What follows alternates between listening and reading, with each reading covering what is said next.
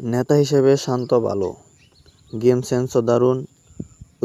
অধিনায়কত্ব নিয়ে বেশ সমালোচিত হচ্ছেন নাজমুল হোসেন শান্ত। তার ব্যাটে রান নেই, সেই সঙ্গে বাংলাদেশের দলও ভালো করছে না। তাই একজন অধিনায়ককে নিয়ে সমালোচনা হওয়াটাই স্বাভাবিক। তবে এই খারাপ সময়ে সতীর্থদের সমর্থন পাচ্ছেন শান্ত। সতীর্থরা কম বেশি সবাই তার প্রশংসা করেছেন।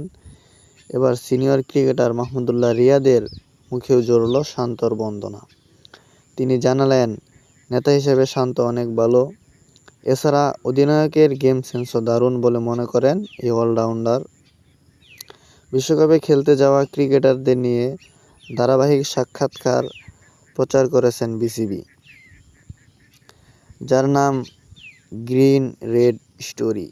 এই সাক্ষাৎকারের আজকের পর্বে শান্তকে নিয়ে মাহমুদুল্লাহ বলেছেন, সে খুব ভালো নেতা, খুব ভালো অধিনায়ক, গেম সেন্স খুব ভালো, ম্যাচের প্রতি মনোযোগও খুব ভালো, কিন্তু আমাদের তাকে সময় দিতে হবে।